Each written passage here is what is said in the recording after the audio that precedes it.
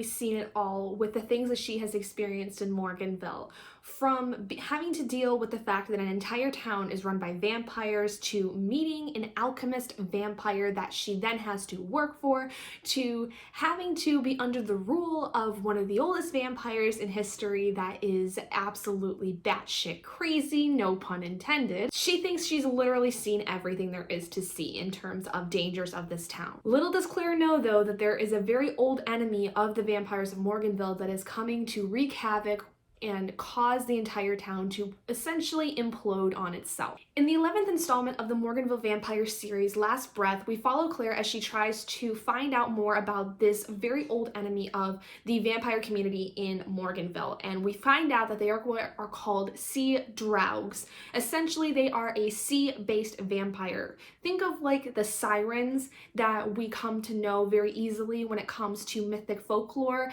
and how they're like mermaids with vampire teeth. That's essentially what these things are, except they can walk on land and they can transfer themselves through water, like in lakes, rivers, rain, things of that nature. The vampires in Morganville essentially came to this place to create Morganville because they were escaping from the Draugs, as they are incredibly dangerous and essentially live off of the other vampires. They do eat humans every now and then, but they are more sustained by the vampires. So when Emile, the founder of the town, finds out that these Draugs are now in this town, she decides that she is going to completely scrap everything she's done up to this point with Morganville and get every single vampire out of this town. So it becomes a huge problem for Claire and her friends, as because they are the humans, they're pretty much left to die on their own. In this 11th installment, we do see a massive change in the writing style and the structure of the story. Similar to how we found the perspective of Shane implemented in Bite Club, the book previous to this,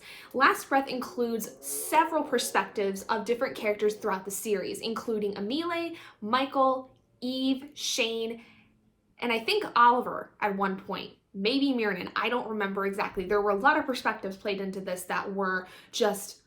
very interesting to see. Likely the reason that Rachel Caine decided very late in the series to actually start implementing more perspectives is because the content of this section of the series is much more complex and has a lot more to do with very individual people within this story. In what I like to call phase 1 of the Morganville Vampires series, which includes books 1 through 8, we really only see things from Claire's perspective because she's really the one that is having to deal with a lot of the things that are involved in Morganville, from being Myrnin's protege to working with Emile to having to deal with things dealing with Bishop. Then starting with Bite Club and going into what I consider to be phase 2 of the Morganville Vampire series, we see that each of the other characters gets their perspective because they do have their own qualms, their own worries and fears in terms of what is going on within the confines of the novel itself. They may have had their own qualms and quarries within the other books,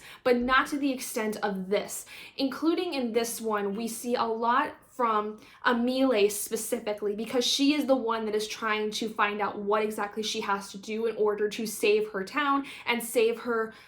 children, essentially, which are the other vampires. So there's a lot that deals with the individual perspectives that I think works well for the series. It's just a very strange thing to see how a series goes from having one perspective for so long and then all of a sudden we have multiple perspectives. It's very jarring, and Rachel Caine does include a note in the very beginning of this book and the other books further on in the series that yes, this is very different in terms of the structure. She apologizes for it, but based on the kind of story it is, she felt that the perspectives included were necessary and do have a point. And it is clear that as you go through each of the perspectives, they do provide information either from one end or the other, or just give more background to the character that is important to the story, or it even just gives a look at the situation from another character's eyes, and you get to really experience a full, well-rounded idea of how the town is essentially faring with this situation going on from different people's perspectives.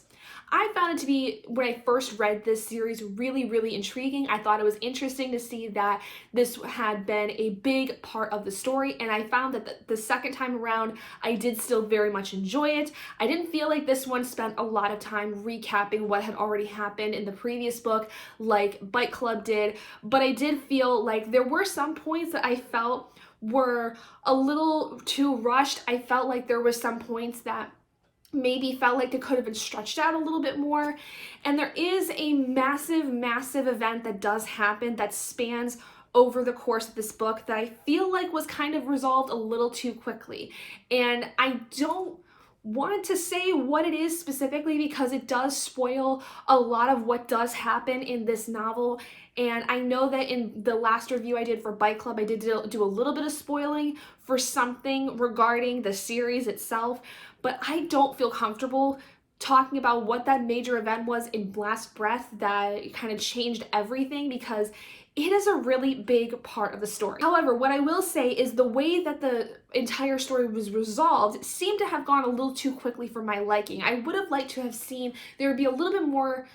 back and forth with the resolution of things. Like, basically there's something that happens that they have to try to solve, and it seems that Mirrodin is the one that figures it out very quickly, and there doesn't seem to be any kind of back and forth of like, well, what if we try this, or what if we try this kind of thing. One thing too I will say about this, and I think it has a lot to do with the fact that there are multiple perspectives in the story, and so many perspectives of characters that we've already at this point gotten a lot from, just with the interactions that Claire has had with them, is that so many of the characters in this story that we have perspectives from, we feel for so much more, whether we like them more or we don't like them as much as we used to, because there is so much that rides on how these perspectives show up and what these characters specifically do in their respective chapter, that it basically just makes you either want to continue to love them, or it makes you kind of hate them in some ways because of the actions that they decide to take. And I think it's just such a powerful thing to happen, because especially because this book has more than two perspectives,